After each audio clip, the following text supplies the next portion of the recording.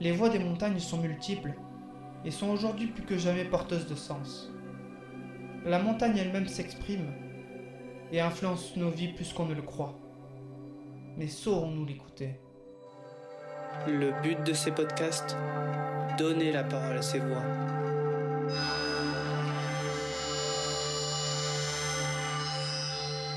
Alors, je suis Seb Louvet avec ma femme Sylvie. Jacob, on est propriétaire exploitant du refuge de Chamoissière, qui est situé à 2106 mètres d'altitude, sur la commune de Villard-d'Arène, dans les Hautes-Alpes.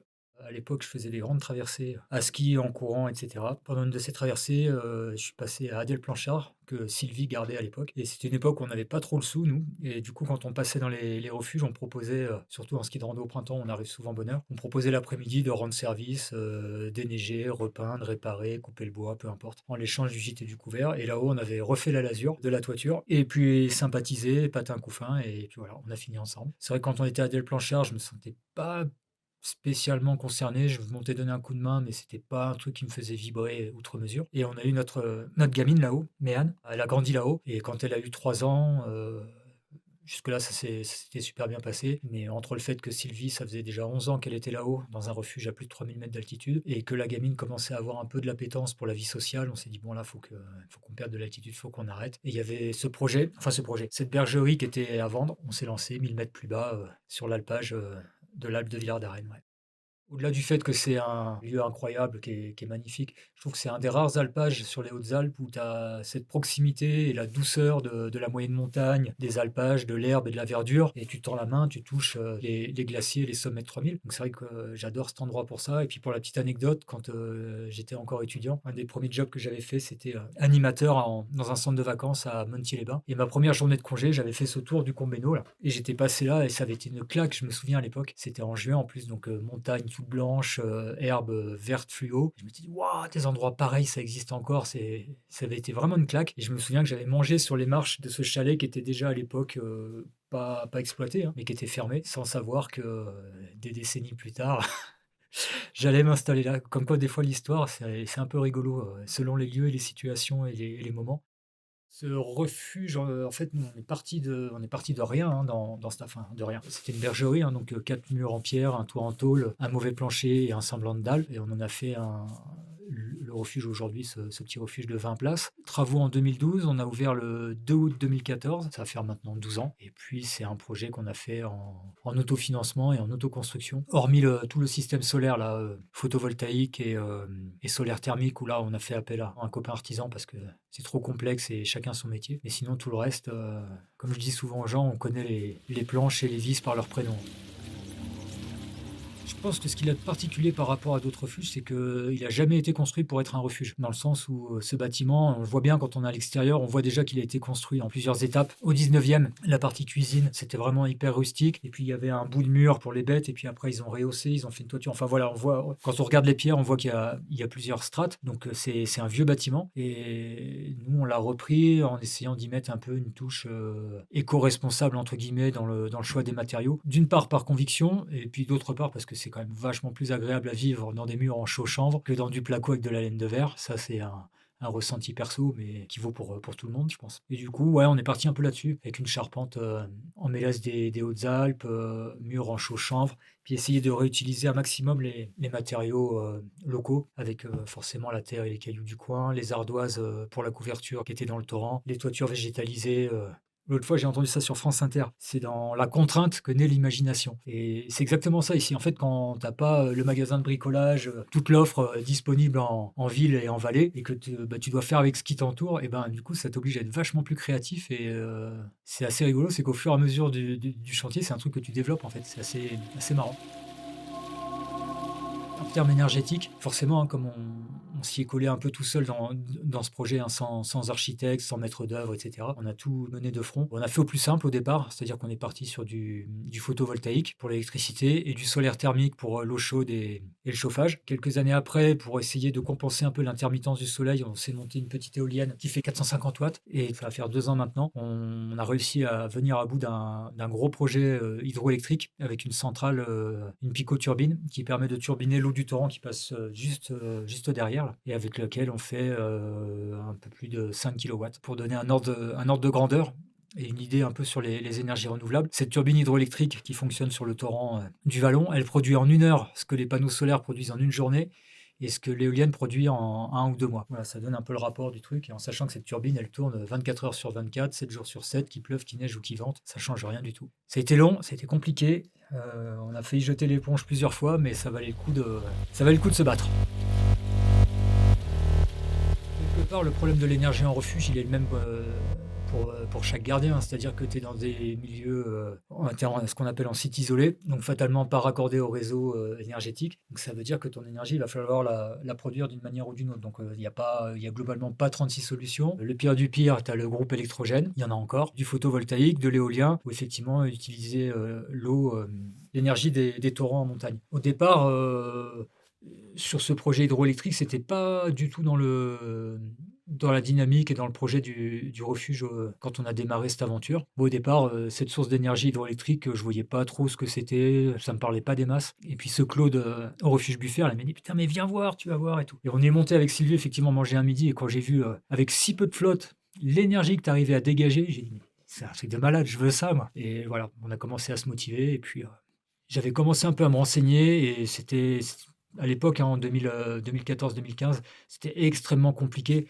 Pour te la faire courte, que tu décides de faire le barrage de Serponçon ou que tu prennes quelques litres d'eau sur le torrent pour faire tourner un frigo et 3 lumières, c'était en gros la même procédure administrative. C'était vraiment un truc de malade. Et puis avec l'association des gardiens de refuge que j'ai présidée pendant un moment, sous l'impulsion de Claude Deval au refuge Buffet, qui a été un des précurseurs de l'hydroélectricité dans les Hautes-Alpes, on a mis un peu en branle cette affaire pour essayer un peu de décomplexifier l'aspect administratif. Et on a fait vraiment un gros travail de sensibilisation et de lobbying auprès de l'administration, des élus, pour leur faire comprendre que quelques litres d'eau dans un torrent, ça permettait de faire des miracles et que ça allait pas être une atteinte formelle à l'environnement. Et ça a plutôt marché parce que du coup, on a été refuge pilote dans cette affaire à Chamoissière. On a réussi à faire en sorte que le dossier pour monter ce type de projet soit un peu moins complexe qu'avant. Il est toujours quand même, ça reste toujours une grosse patate quand même, mais c'est déjà abordable par rapport à ce que c'était avant. Si on s'était contenté d'ouvrir l'été comme on avait fait les premières années, uniquement l'été, je pense qu'on n'aurait pas monté ce projet hydroélectrique, c'était pas une nécessité. Par contre, quand on a commencé à ouvrir au printemps pour le ski de rando, on s'est vite rendu compte qu'en fait, sans faire un lodge d'altitude comme ce qu'on peut trouver à Courchevel, etc., c'était pas du tout l'esprit. Mais si tu veux fidéliser un peu tes randonneurs, attirer un peu du monde, il faut quand même un refuge un minimum confortable avec entre guillemets, le service minimum, quoi. C'est-à-dire que s'il fait 8 degrés dans ta cabane, que les gens le soir ils mangent la soupe avec la goutte au nez, les moufles et le bonnet, ça marche pas, on peut pas faire ça. Donc on s'est posé la question effectivement de pouvoir proposer quelque chose d'un minimum confortable pour les gens et d'un minimum attractif, sans recourir au groupe électrogène ou à des trucs complètement déconnectés en termes d'adéquation avec les territoires de montagne et de développement éco-responsable. Et c'est vrai que cette turbine, du coup, elle a tout de suite pris du sens à ce niveau-là. Quand on a commencé à parler un peu sérieusement de ce projet, à le poser sur la table, à contacter un peu les administrations, le parc, notamment le parc des Écrins, a dit bon, nous, on n'a pas de souci avec ça. Par contre, qu'est-ce que vous allez faire de cette énergie? Et nous, la réponse, elle était claire. Nous, c'est vraiment pour faire du chauffage quasiment à 80%, quoi. De décarboner le fonctionnement du refuge, plus avoir de poêle à charbon, limiter l'usage du bois et du pétrole. Ça a plutôt été une démarche personnelle. Aujourd'hui, on est content que ça ait du sens par rapport à ça, et puis qu'éventuellement ça inspire d'autres collègues ou d'autres initiatives, mais c'était pas le premier levier au départ. C'est aussi une forme de décroissance quelque part, parce que cette turbine, globalement, on va y avoir investi, je te le dis à la louche, mais c'est environ pas loin de 50 000 euros. Clairement, 50 000 euros, pour nous, ça sera inamortissable, d'un point de vue purement comptable, purement financier. Par contre, c'est vrai qu'on aurait pu, ces 50 000 euros, décider de faire une extension, de se rajouter encore une fois 10 ou 15 lits supplémentaires, et là, tu pouvais faire avec un prévisionnel en disant allez, dans 2, 3, 4 ou 5 saisons, cet investissement, je l'ai amorti. Bon, pourquoi faire? Et alors, ça nous augmenterait le chiffre d'affaires, on embaucherait un employé de plus. Et non, on a dit non, on renonce à ça finalement, on fait cette turbine, et puis les gens vont gagner en confort pendant leur séjour, nous on va gagner en confort pendant notre travail, et c'est tout bénef, quoi. Donc quelque part, tu vois, le fait de renoncer à la croissance économique, c'est pas forcément un renoncement au bonheur ou au développement, c'est juste que tu vas développer autre chose qui sont peut-être plus importants pour toi.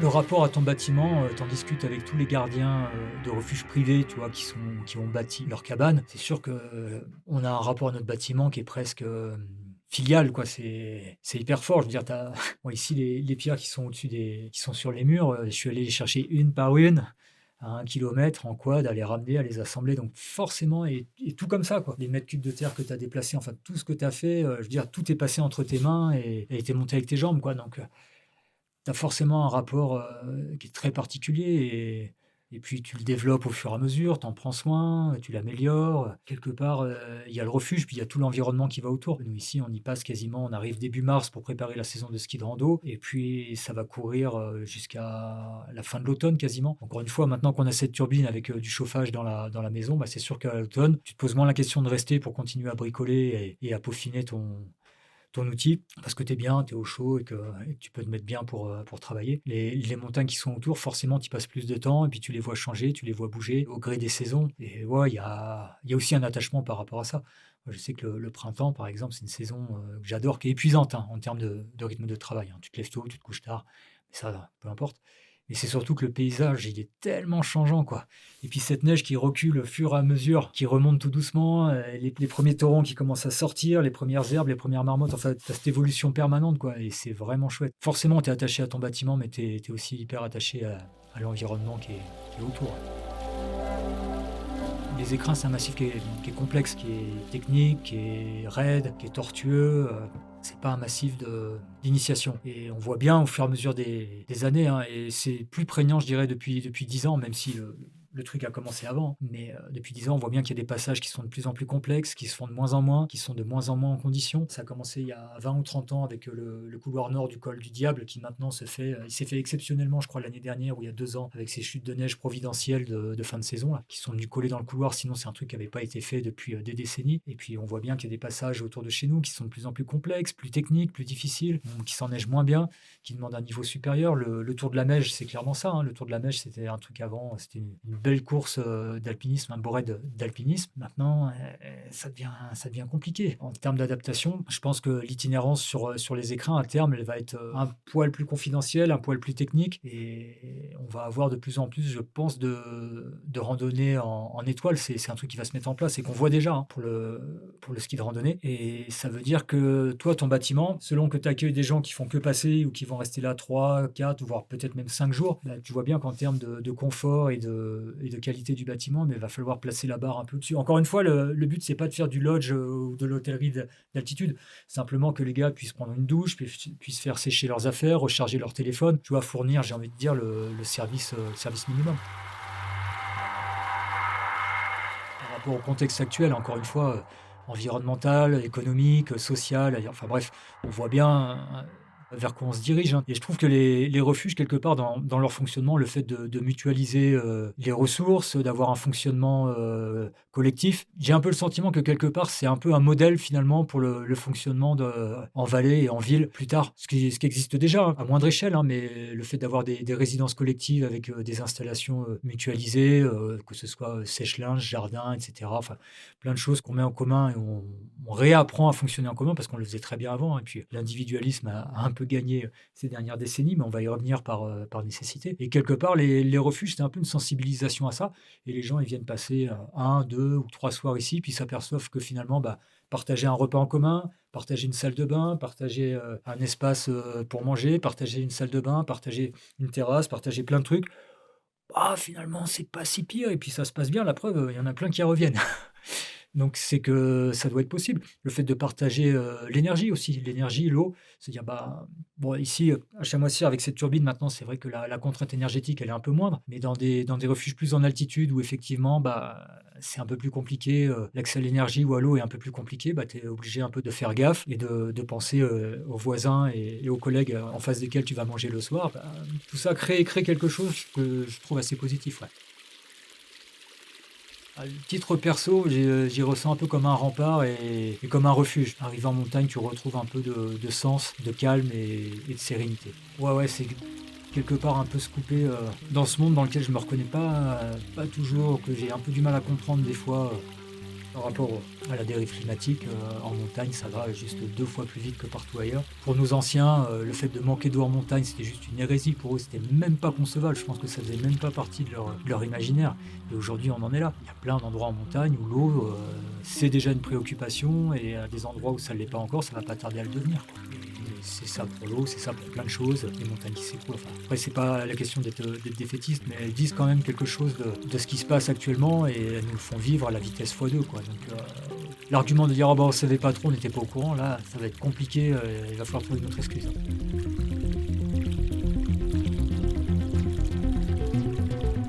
A bientôt pour une nouvelle écoute au gré des montagnes et de ses enjeux.